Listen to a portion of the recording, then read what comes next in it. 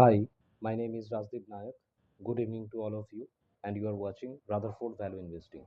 So today we would discuss about various value investing facets as brought in by Benjamin Graham through his study.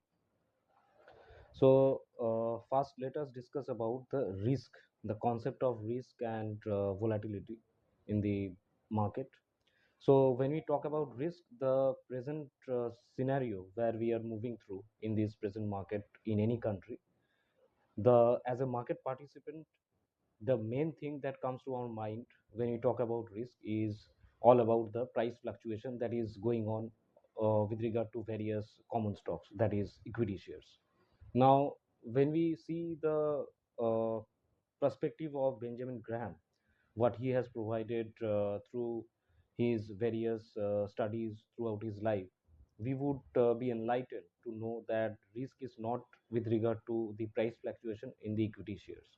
So he has plugged in some areas where we can say that there are certain circumstances which poses risk and which is very different from our common understanding of risk when we talk about equity share investing and value investing in particular.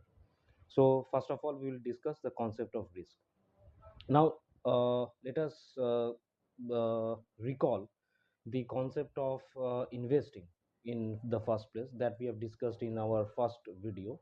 So this is a reminder that any phenomena which ensures the safety of our invested capital, and at the same time it also provides an adequate return on our invested capital in the first place, is known as investing. And any other exercise which does not shows up these characteristics is only speculative activity and nothing else. So in this backdrop, let us describe an ideal situation where we have conducted our research work regarding selection of any particular company's equity shares where we need to deploy our capital. So if we deploy our capital in a company which is randomly selected without any basis or premises, like with regard to return or management or something, then it's a pure speculation where we are punting upon the outcome of our events. That is a random event, and we cannot call that investing. But suppose we have done our thorough research work with regard to analysis of the company's business, its economic characteristics, its return earning accumulation over a period of years, and then we decide that suppose, let us say, we have five companies in our portfolio. With regard to our equity portfolio, I'm talking of, we have five companies in our portfolio, and those companies have been properly selected through various facets of value investing. And when we have selected the company, we have ensured that there is a substantial difference between their the intrinsic value and the current market price that is being quoted for those equity shares. So we can say there is a strict margin of safety when we have conducted a portfolio or constructed a portfolio in the first place. So if this is the case, then the intervening price fluctuation that take place during the period from the time when we have acquired those shares till the point in time after 5 years, 10 years, or even 15 years, till we hold the portfolio. So from the time of our acquisition till the time of our disposition, we can say that this is our holding period, and the price fluctuation between this period would not constitute any risk.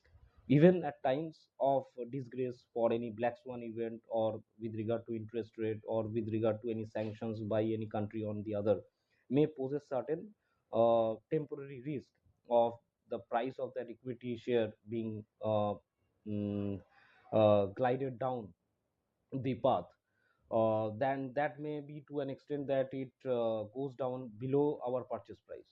So does that constitute a risk? The clear answer as per Benjamin Graham is no.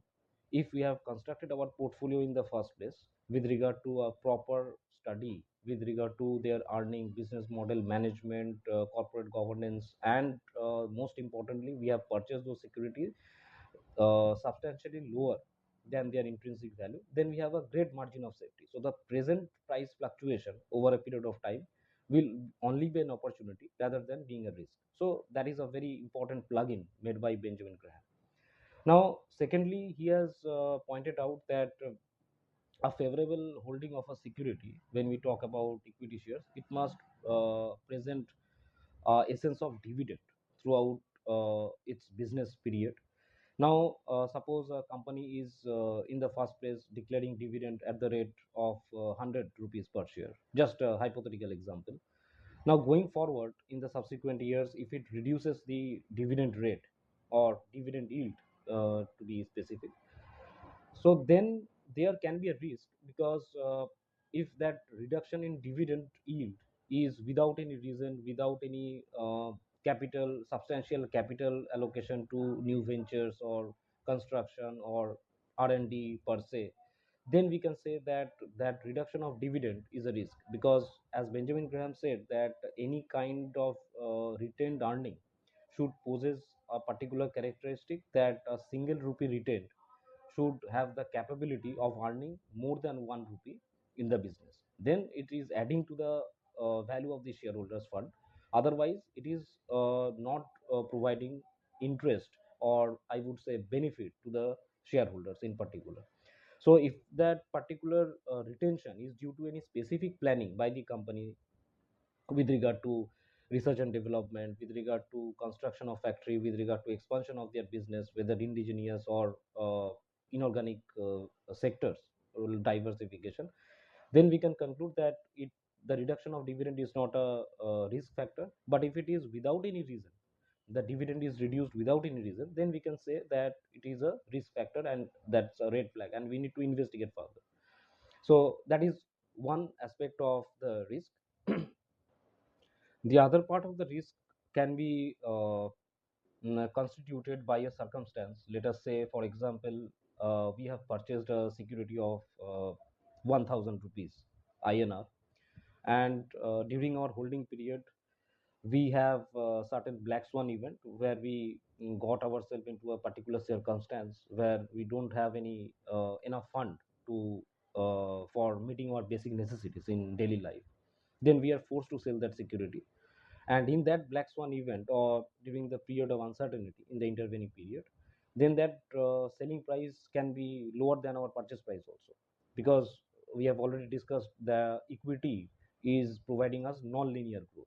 It can't be said to have a guaranteed return every day, every month, every week. So that's a very specific circumstance where the owner of the security may be forced to sell the equity share, even if he doesn't want. Then also, due to certain lack of fund, he is forced to sell the equity share during the holding period, and that selling price can be very well below the cost of purchase. Then that poses a risk. Although this particular this particular circumstance is very rare, and if we plan our proper capital allocation through various asset classes, including the amount of cash that we are holding in, this is very rare. And I think it's we can avoid this particular circumstance. So, if on the other hand, if the holder of the equity share is not forced to sell and the prices decline, just we have discussed in the intervening period, and the holder of the equity share is not forced to sell, then we can say that that also doesn't poses a risk. So that is our introductory part for this video, where we have discussed regarding the risk, the concept of risk, as the normal participants, as a market, as a normal participant of the market, broadly if you speak, what we think about risk, and when we look through the lenses of Benjamin Graham in particular, how actually the risk should be when it comes to value investing. So this is the introductory part. Now let us move on to the second step, little bit deeper. So the next discussion is about dying a trader's death. So that is the heading given by Benjamin Graham in his beautiful study about the observations that he has made with regard to traders. Now, when you talk about traders, so first of all, let's start with the intraday trading process. So what he said was that if you hold a stock just for a few moments, then it's the best weapon to commit a financial suicide. So why did he say that? If we analyze the activity of a intraday trader. He purchases a security, and after 1 hour or 2 hour, and sometime even after a few minutes, he square up the situation. In that particular circumstance, if you say for a particular month or a particular year, some of his trade will go according to his way of thinking of booking profit, but most of the trades invariably would suffer losses. So in that case, he is actually incurring losses when he thinks that he is keeping himself busy through this intraday trading and gaining knowledge. Actually, he is not. He is actually punting his time, and that would not add value to his wealth. But in that process, the other market participants, as regards the regulator, the broker, and all the other revenue authorities, they are earning their share even if the trade is at a loss. That we would discuss just in a few moments. So the eagerness to buy and sell a stock frequently can really lower down your expected rate of return, that is after taxes. So let us analyze these particular trading circumstances, whether it refers to the intraday trading or it refers to a trading for few week or few months. So first of all, we will analyze the situation from a purchaser's point of view, and then we will analyze the same circumstance with regard to the seller's point of view. Both are in a lose-lose situation. So first of all, coming to the purchaser's point of view. So when a particular market participant as a trader wants to take a position in any particular stock which he wants to trade in, then he has to analyze that what is the intrinsic value. But he can't purchase that particular stock right away. He has to wait so that the seller on the other hand is also uh, tempted to make that particular sell position from his portfolio so that he can acquire the share as a purchaser. So why the seller would be tempted? He will only be tempted if the price moves, say for example, from the present CMP another 10% above the present CMP.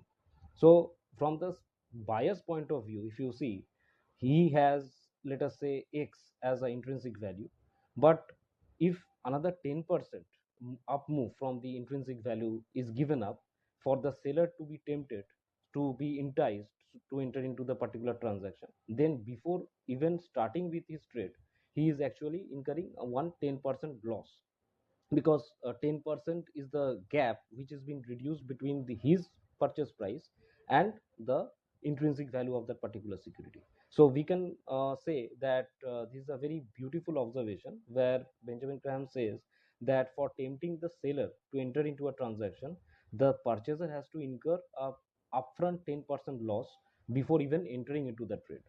Now let us say he has incurred that particular loss, and if he enters into that particular trade, then comes the real scenario where the price fluctuation is going on. Suppose the trade incurs into a loss, then also in addition to his first incremental upfront expense of 10% above the present CMP level, he is incurring STT, brokerage, and CGST, SGST on this particular brokerage. So all these particular expenses is adding and aggregating to his cost of purchase. Now if you are incurring a loss, then all these particular transaction and all the effort and all the chart analysis all goes into vain, and you doesn't add to your wealth. So that is from the point of view of a particular purchaser. Now let's talk about the same circumstance from the point of view of a seller. So a seller would be tempted to sell when suppose there is an increment of, let us say, 10% or even 15% or 20% from his present purchase price. But when he sells the security at such a marginal gain, then again on that marginal gain he has to incur brokerage, STT, and again the short term capital gain. That is the major chunk of his portfolio, and as we know that short term capital gain will be charged at the rate of 20% at present scenario without any threshold limit. Long term capital gain then also has a threshold limit, but when we talk about the short term capital gain, it doesn't have any threshold limit. You are charged at a flat rate of 30% on the differential amount. So 30% on that very marginal gain, and upon that you have your aggregated expenses in the form of brokerage, then CGST, SGST on your brokerage, then you incur STT. So all overall observation, you have to incur a substantial gain just even to break even all these costs that we have discussed. So this exercise is extremely tiring and actually not rewarding in that sense. So the higher level of inactivity is required to even get a moderate rate of return. So the clear verdict in this particular trading process is that whoever cannot hold a security more than a few months is doomed to become a victim rather than a victor. So we need to keep that thing in our mind before we enter into any trading transaction, that is any speculative activity going forward. So the best thing, we confine ourselves to our core competency, to our homework, to our research work, to analyze a company's business and whatever are the basic characteristic of a value investing, and we carry out the process of value investing throughout our life, so that we get a very good rate of return and build our wealth over a period of time. So that should be it for today's discussion, for today's episode. See you in the next episode. And if you would have liked this episode, please hit the like button and subscribe our channel. Thank you.